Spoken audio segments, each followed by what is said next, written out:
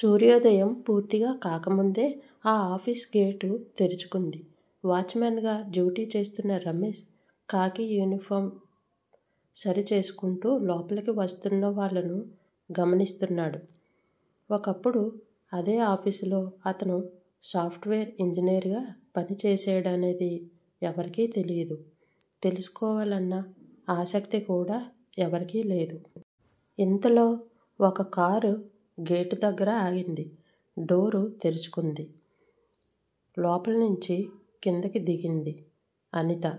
తన పేరు అనిత. రమేష్ హృదయం ఒక్కసారిగా ఉలిక్కిపడింది.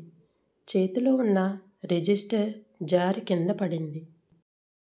ఆమెను చూడగానే పాత జ్ఞాపకాలు కళ్ళ ముందుకి కదిలొచ్చాయి. అదే అనిత. ఒకప్పుడు తన భర్త, ఇప్పుడు తన కంపెనీ సీనియర్ మేనేజర్. అనిత కూడా అతన్ని చూసింది. ఒక్క క్షణం ఆగిపోయింది. ఏమీ మాట్లాడలేక ఆగిపోయింది. తన కార్డును మౌనంగా చూపించి లోపలికి వెళ్ళిపోయింది. రమేష్ కళ్ళల్లో నీళ్లు తిరిగాయి. కానీ ముఖంలో ఆత్మగౌరవం మాత్రం చెక్కు చెదరకుండా అలానే ఉంది. 2 ఏళ్ల ప్రేమ, అలాగే పెళ్ళి. 2 ఏళ్ల ప్రేమ, పెళ్ళి, సాధారణమైన జీవితం. అనిత ఉద్యోగంలో చాలా వేగంగా ఎదిగింది. రమేష్ మాత్రం వరుసగా నష్టాల్లోకి వెళ్ళిపోయాడు. బిజినెస్ పెట్టి చాలా మోసపోయాడు. రుణాలు పెరిగిపోయాయి. తీర్పులు మాటలుగా మారాయి.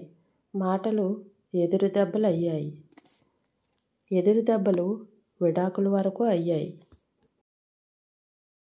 నువ్వు నా ఎదుగుదలకు బ్రేక్ అయ్యావు అని చెప్పింది అనిత అన్న మాట రమేష్ హృదయంలో ముద్రలా పడిపోయింది. విడాకుల తర్వాత రమేష్ అన్నీ కోల్పోయాడు. ఇల్లు, ఉద్యోగం, అలాగే గుర్తింపు కూడా. చివరికి జీవించాలంటే గార్డు ఉద్యోగం తప్ప వేరే మార్గం ఏదీ కనిపించలేదు. అదే కంపెనీలో అదే గేటు దగ్గర చాలా రోజులు గడిచిపోయాయి. అనిత రోజు ఆ గేటు దాటుకుంటూ వెళ్ళడం, రమేష్ తల వంచుకొని సెల్యూట్ చేయడం. మాటలు లేవు, కానీ మనసుల్లో వేల జ్ఞాపకాలు మాత్రం ఉన్నాయి.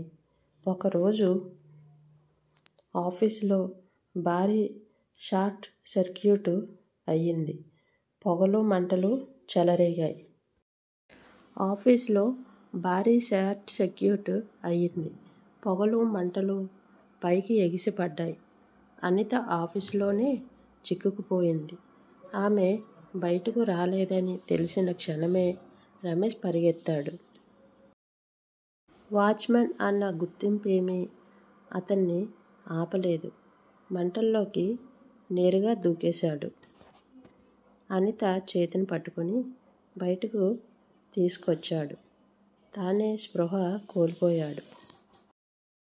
హాస్పిటల్లో నిజాలు బయటపడ్డాయి.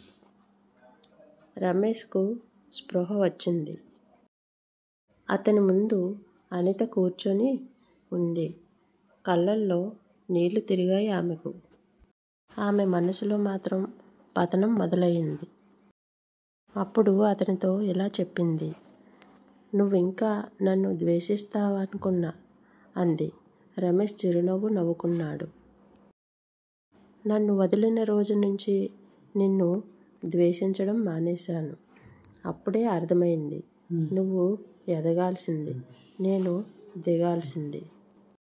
అనిత అప్పుడు అతన్ని అర్థం చేసుకుంది.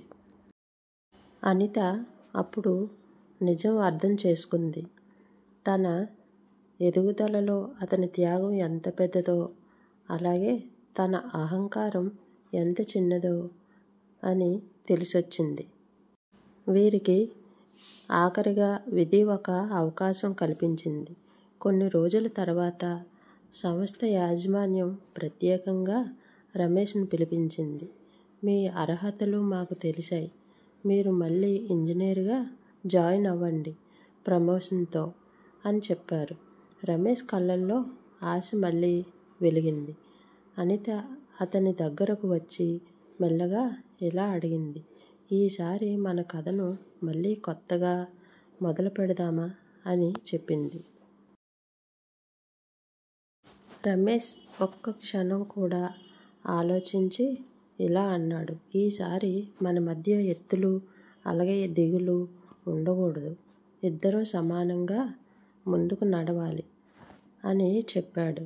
అనిత ఆ మాటకు తల ఊపింది. కార్యాలయం గేటు దగ్గర మొదలైన సంబంధం మళ్ళీ అదే గేటు దగ్గర కొత్తగా మొదలైంది. ఈ కథలో సందేశం ఏంటంటే, జీవితంలో ఒకసారి కింద పడితే అది ముగింపు కాదు అని అర్థం. దేవుడు అదే చోట మళ్ళీ లేపే అవకాశం పెట్టి ఉంటాడు. కొన్ని రోజుల తర్వాత ఆఫీస్ యాజమాన్యం రమేష్ను ప్రత్యేకంగా పిలిపించింది. అతని పాత రికార్డ్స్, పనితనం, త్యాగం అన్నీ తెలిసి, మీరు ఇక వాచ్మెన్ కాదు, మళ్ళీ ఇంజనీర్గానే ఈ కంపెనీలో పనిచేస్తారు. ఆ మాట వినగానే రమేష్ కళ్ళల్లో కొత్త వెలుగు పుట్టింది. ఆత్మగౌరవం మళ్ళీ లేచింది.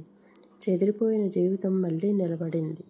ఆ రోజు సాయంత్రం ఆఫీస్ గేటు దగ్గర ఇప్పుడు వాచ్మెన్ కాదు, ఇద్దరు మనుషులు మాత్రమే ఉన్నారు. అనిత మెల్లగా దగ్గరకు వచ్చి కళ్ళతోనే క్షమాపణ చెప్పింది. గొంతు వణికిస్తూ చెప్పింది. నీ విలువ తెలుసుకోవడానికి నేను నిన్ను కోల్పోవాల్సి వచ్చిందా రమేష్ అని చెప్పింది. రమేష్ కాసేపు మౌనంగా ఉండి నెమ్మదిగా అన్నాడు. నువ్వు నన్ను వదిలిన రోజు నేను ఓడిపోయాను. కానీ ఈరోజు నేను నిలబడ్డాను. ఇప్పుడు నాకు కోపం లేదు, అలాగే ద్వేషం కూడా లేదు. కేవలం శాంతి మాత్రమే ఉంది. అనిత కళ్ళల్లో కన్నీళ్లు జారాయి. మరోసారి మనం భార్యాభర్తలుగా మారగలమా అని అడిగింది. రమేష్ క్షణం పాటు ఆలోచించాడు. తర్వాత మెల్లగా చిరునవ్వుతో అన్నాడు.